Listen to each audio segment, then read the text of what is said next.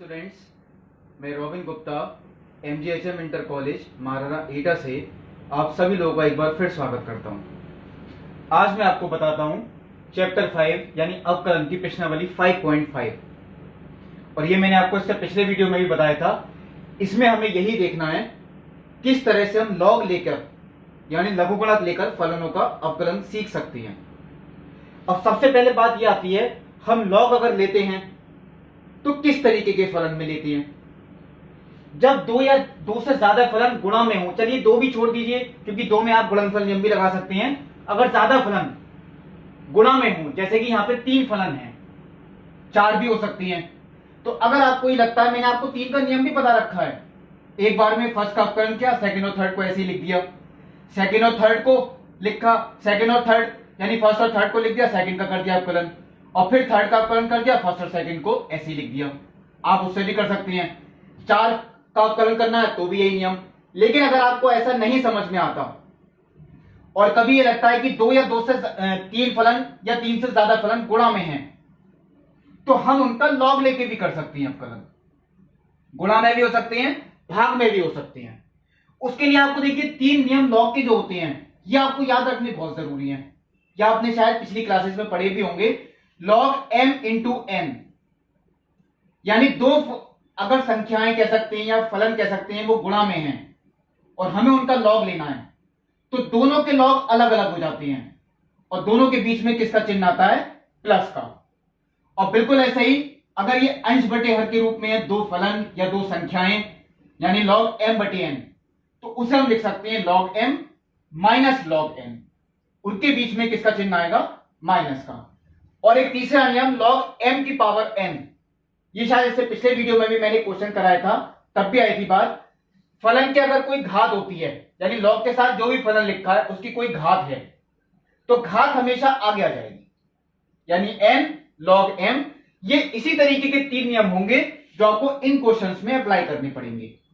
तो जो मैंने आपकी प्रश्नावली 5.5 का सबसे पहला क्वेश्चन लिखा वो यही था, cos x into cos 2x into cos 3x। अब यहां देखिए क्योंकि 3 चीजें गुणा में यानी 3 फलन, मैं इनका सीधा भी कर सकता था अवकलन, जैसे आपको बताया था। पहले फर्स्ट का अवकलन किया, इन दोनों को छोड़ दिया, फिर सेकंड का अवकलन किया, इन दोनों को ऐसे लिखा हुआ छोड़ दिया, फिर थर्ड का अवकलन किया, इन दोनों को ऐसे लिखा हुआ छोड़ दिया।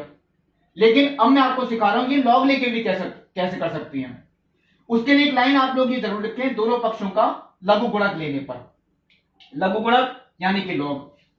तो पहले हमने जब लॉग लिया तो ये देखिए आता है log y equal to log, मैंने पूरा फलन ऐसे ही कॉपी कर दिया, cos x cos 2x cos 3x।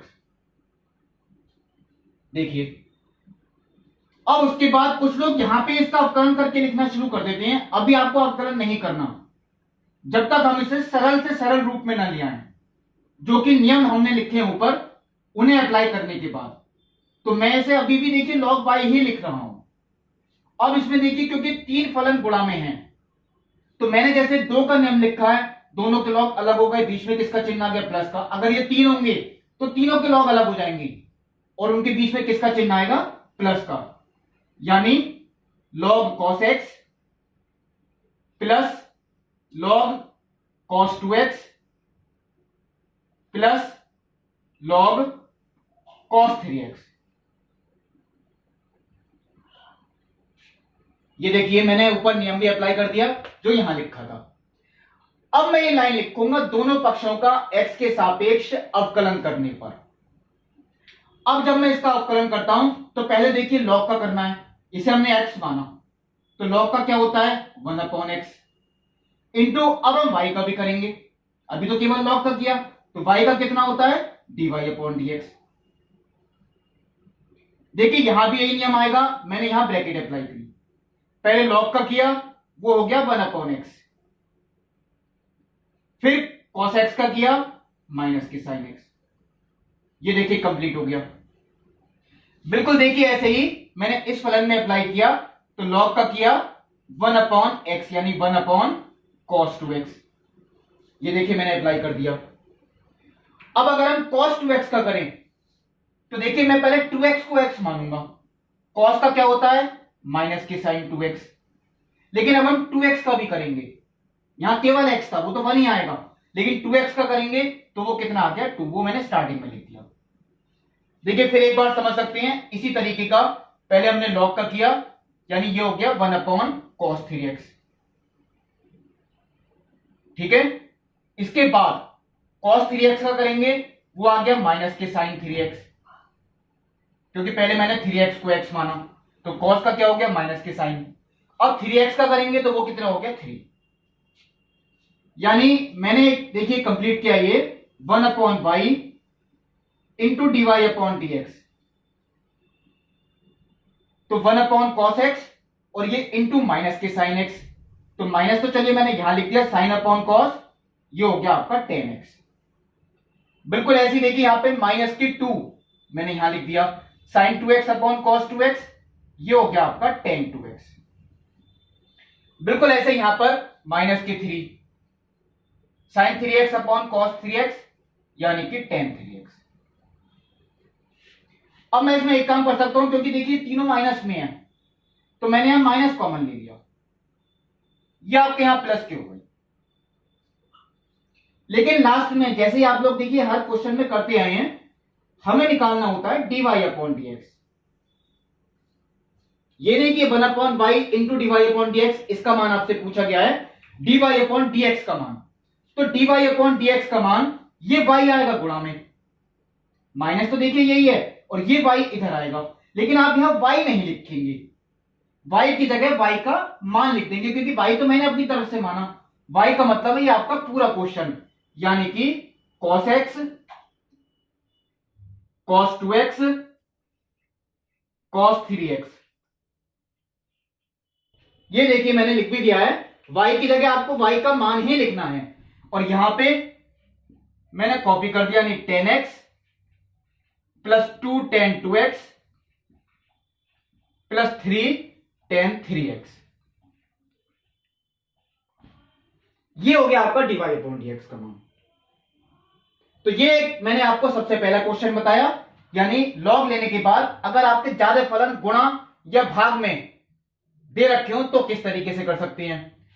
अब मैं आपको बताऊंगा question number 2, y is equal to under root के अंदर देखिए कई सारे फलन हैं, x-1 x-2 upon x-3 x-4 x-5, हमें इसका अवकलन करना है। अब देखिए आपका पहला मेथड जो मैंने सिखाया था अंडर रूट का, तो चलिए आप शॉर्ट मेथड से भी कर सकते थे, पहले बटे में 2 से गुणा करके हमने बटे में लिख दिया, यानी 1/2 गुणा अंडर रूट, जो भी क्वेश्चन आपको दे रखा है।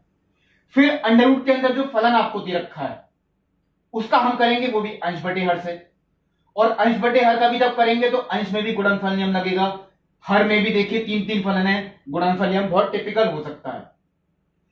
कभी भी आपको ऐसा लगे कि ज्यादा फलन गुणा या भाग में है, जैसे कि देखिए इस क्वेश्चन में 2 फलन ऊपर है गुणा में, 3 फलन नीचे है गुणा में, और ये खुद भाग में भी है, फिर अंडर रूट भी है, तो आप लॉग लेके कर लें, और लॉग लेके यही तीनों नियम अप्लाई करके ये पहले से सरल कर लें, फिर उसके बाद अवकलन आसान हो जाएगा। तो पहले देखिए मैंने यही लिखा, दोनों पक्षों का लघु गुणक लेने पर, यानी log y equal to log under root के अंदर। अब मैंने अंडर रूट को केवल ये किया, यहां लिख दिया पावर 1/2, क्वेश्चन अंडर रूट दे रखा है लेकिन मैंने यहां पे लिख दिया power 1/2।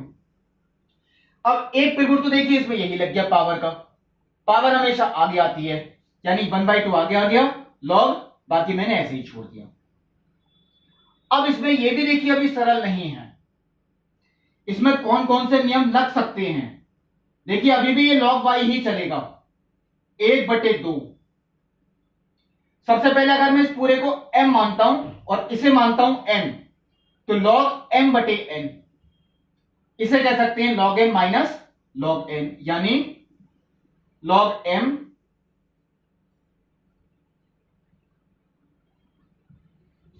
Minus log n, n का मतलब ये पूरा आपका फलन।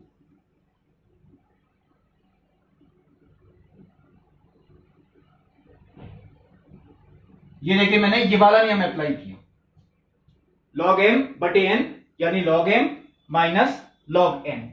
चलिए मैं इसे एक इस तरीके की ब्रैकेट में और लिख देता हूं। अब भी देखिए अगर आपको ये लगता है कि सरल हो चुका है या इसमें और कोई नियम अप्लाई हो सकता है, बिल्कुल हो सकता है, log m इंटू n, जो कि ऊपर ही लिखा है, यानी इनके लॉग भी अभी भी अलग अलग हो सकती हैं। यानी log y equal to 1/2 log m into n का मतलब देखिए दोनों के लॉग सेपरेट होंगे, log m plus log n। अच्छा बिल्कुल ऐसे ही देखिए ये यहां भी हो सकता है, ये तीनों फलन गुणा में हैं और अगर ये तीनों फलन गुणा में तो फिर इसमें यही नियम अप्लाई होगा, यानी देखिए log m plus log n।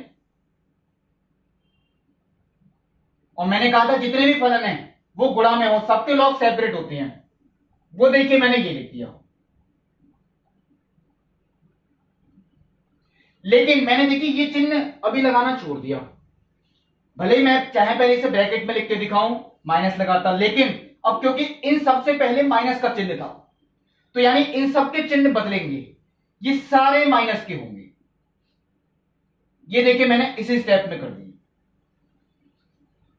आप लोग सीधा दिखा सकते हैं log m प्लस n, अगर पहले माइनस हो तो वो सारे लॉग माइनस के हो जाएंगे। अब इसमें कुछ लोग ये सोचते हैं कि इसमें भी कोई नियम लग सकता है, log x माइनस 1 को क्या लिख सकते हैं, तो मैं एक चीज देखिए यहां कंफर्म कर देता हूं, अगर आपका कभी भी ऐसा फलन आता है देखिए m प्लस n, इसका कोई सूत्र नहीं होता है, यह आपको ऐसे ही लिख के छोड़ना है, चाहे बीच में प्लस हो चाहे बीच में माइनस हो, ऐसा कोई सूत्र नहीं होता है, केवल होता है गुणा का या भाग का या घात का होता है, प्लस या माइनस का ऐसा कोई नहीं होता, यानी इन्हें हम ऐसे ही छोड़ देंगे।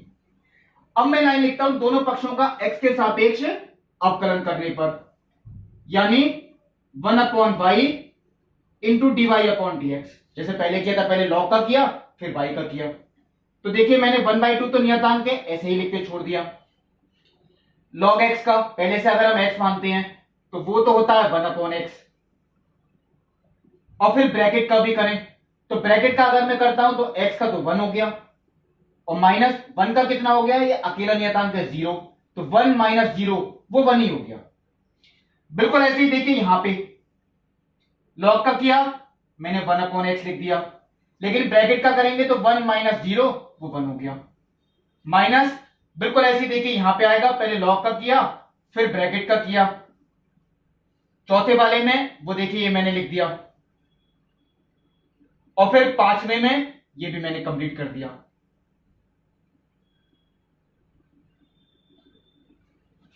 यहां तक देखिए हम कर चुके, अब कलर इसमें बहुत इजी हुआ। अब आता है केवल लास्ट का स्टेप dy/dx का मान,